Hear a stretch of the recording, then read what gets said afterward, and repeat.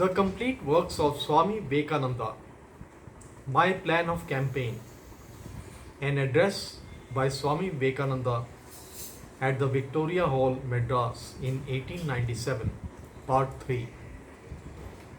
Now I come to the Reform Societies in Madras. They have been very kind to me. They have given me very kind words, and they have pointed out, and I heartily agree with them, that there is a difference between the reformers of Bengal and those of Madras. Many of you will remember what I have told you, that Madras is in a very beautiful state just now. It has not got into the play of action and reaction as Bengal has done. Here there is a steady and slow progress all throughout. Here there is growth and not reaction. In many cases, and to a certain extent, there is a revival in Bengal. It is a growth, a natural growth. As such, I entirely agree with what the reformers point out as the difference between the two peoples. But there is one difference which they do not understand. Some of these societies, I am afraid, tried to intimidate me to join them. That is a strange thing for them to attempt.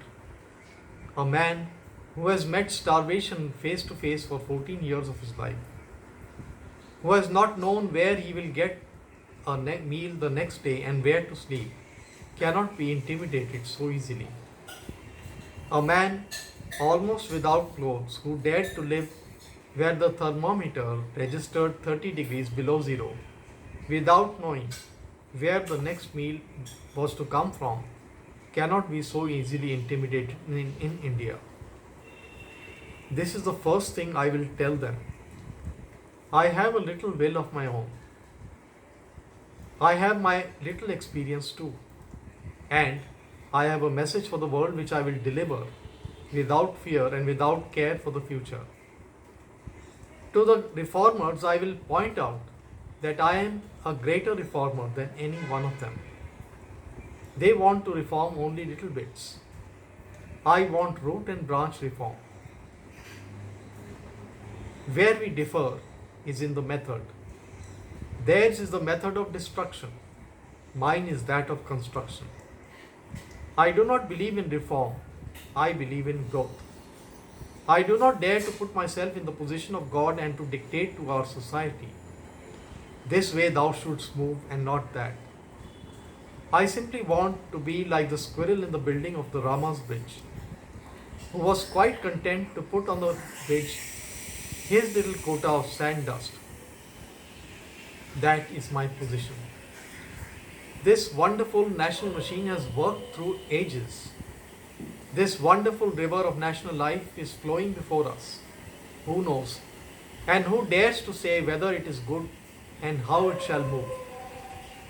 Thousands of circumstances are crowding round it, giving it a special impulse, making it dull at one time and quicker at another.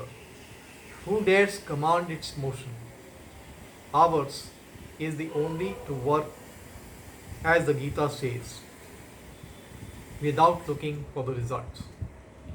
Feed the national life with fuel it wants, but the growth is its own. None can dictate its growth to it. Evils are plentiful in our society, but so are there evils in every other society. Here the earth is soaked sometimes with the widow's tears. There in the west, the air is rent with the sighs of the unmarried. Here poverty is the greatest bane of life. There the life weariness of the luxury is the great bane that is upon the race. Here men want to commit suicide because they have nothing to eat. There they commit suicide because they have so much to eat. Evil is everywhere. It is like chronic rheumatism. Drive it from the foot, it goes to the head. Drive it from there, it goes somewhere else. It is a question of chasing it from place to place, that is all. I, children, try to remedy evil is not the true way. Our philosophy teaches that evil and good are eternally conjoined, the obverse and the reverse of the same coin. If you have one, you must have the other. A wave in the ocean must be at the cost of a hollow elsewhere. Nay, all life is evil. No breath can be breathed without killing someone else. Not a morsel of food can be eaten without depriving someone of it. This is the law. This is philosophy. Therefore, the only thing we can do is to understand that all this work against evil is more subjective than objective. The work against evil is more educational than actual. However big we may talk, this first call is the idea of work against evil. And it ought to make us calmer.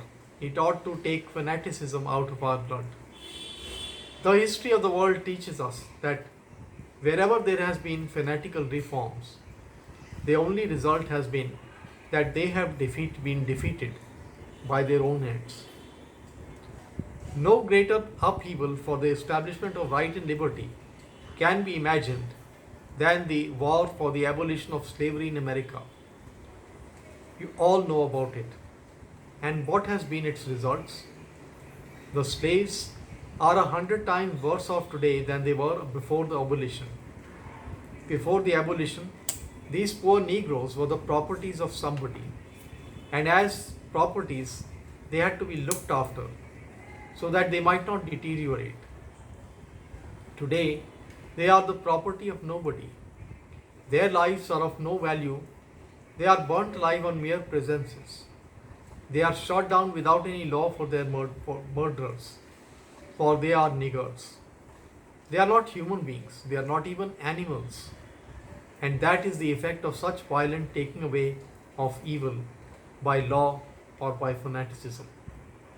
Such is the testimony of history against every fanatical movement, even for doing good. I have seen that. My own experience has taught me that. Therefore, I cannot join any one of those condemning societies. Why condemn? There are evils in every society. Everyone knows of it. Every child of today knows it. He can stand upon a platform and give us a harangue on the awful evils of Hindu society.